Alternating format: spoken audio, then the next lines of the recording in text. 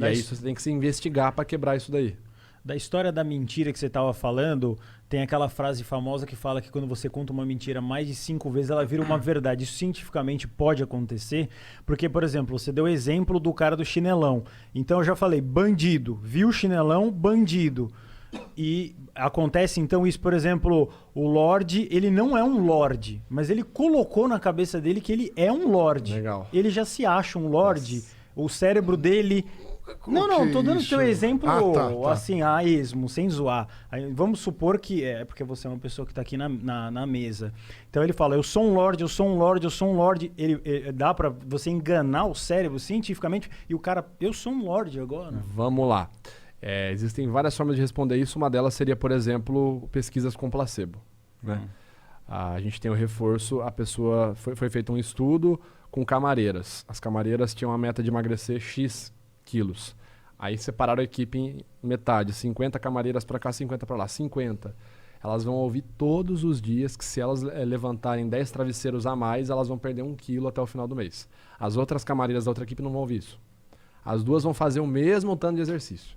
No final do experimento, perceberam que as que ouviam... emagreciam mais. Exatamente.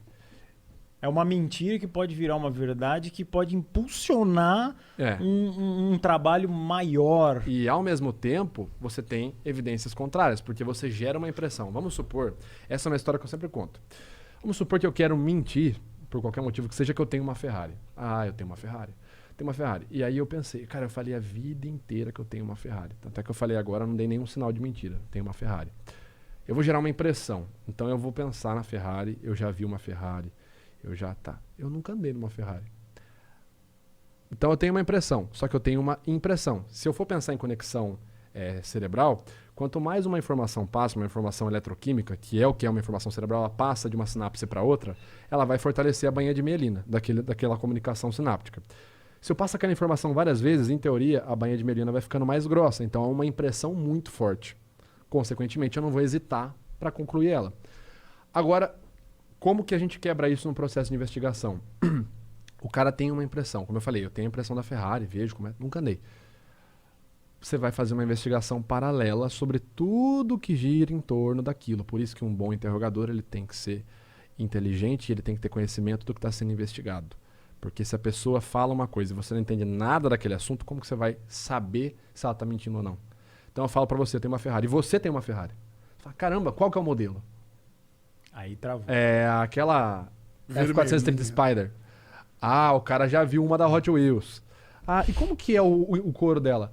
Ah, cara, é legal. Ah, não, sabe por que eu perguntei? Porque não tem mais couro na Ferrari desde 90. Entendeu? Você pode ir. Exatamente, porque o cara tem uma impressão. E quando o cara tem uma impressão, se você for pro paralelo, ele vai sair daquilo. Então, tô aqui, eu tenho uma Ferrari, vermelha. E quando a primeira vez que você andou, como que era o cheiro? Descreve pra mim o cheiro do banco. Que eu já mudei. O banco... Já mudei, cara. Eu tava aqui firme.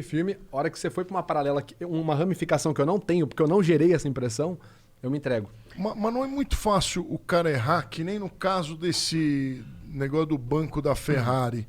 Às vezes, se o cara fizer uma afirmação... Ah, mas do sofá. O cara cometeu um crime num sofá. Aham. E não é o cara. O cara cometeu mesmo. Ele não cometeu. O crime foi cometido no sofá. E aí o cara fala, mas e aquele sofá de couro? Ele grudou, não sei o quê. Aí o cara talvez não lembre que aquilo era um sofá de pano. Aham. Pode acontecer, falsa memória, sim. E essa falsa memória, isso acontece. Sim, é que eu tô dando um exemplo único, né? Sim. Você vai fazer uma investigação sobre várias pautas. Quer ver? Vou te dar um exemplo. Aí você tira uma média de... Vou te dar um exemplo prático. Caso real, Suzane von Richthofen. Caso da Suzane von Richthofen, acusada como mandante do crime que acabou na morte dos próprios pais. Os irmãos Cravinho, que um era o namorado dela e o outro era o cunhado dela, que foi quem efetivamente, pelo que foi concluído lá, que matou os pais, né?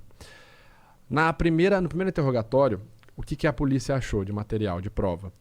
Dólares na casa de cada um dos irmãos, do Christian Cravinhos. Christian Cravinhos, ele tentava ser o cara da história da Ferrari. Não, eu tenho esse dólar, minha avó me deu. Minha avó me deu. Esse é o registro dele. Tá.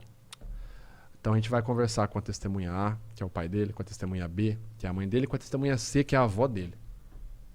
Vó, você deu dinheiro? Você lembra de... Dei? Não dei. Quanto? $10. Porra, acharam 500 na gaveta do cara. Pai, você lembra da sua mãe dando pro seu filho $? Lembro. Quanto? $10. A informação bate. Tá. Então você vai montando uma linha investigativa para quebrar esse cara que tá contando uma falsa verdade. Mentira, Que ele repetiu tanto, a gente chama isso de ensaio, né? Ele fez tanto ensaio que a informação tá forte, mas ela não tá indestrutível. A principal ferramenta é jogar o gatilho de surpresa. Então você vai lá e fala assim, tá, sua avó que te deu, tá, e quando que ela te deu isso? Ela me deu em 2002. Ó, a gente tem aqui um recibo que a sua avó fazia de 2001, que ela deu pra você $10. E a gente não tem nenhum outro recibo, a gente não encontrou. Quando que ela te deu esse dinheiro? Na verdade foi o meu pai que... Meu pai que sabe dessa história. Não, a gente perguntou pro seu pai também.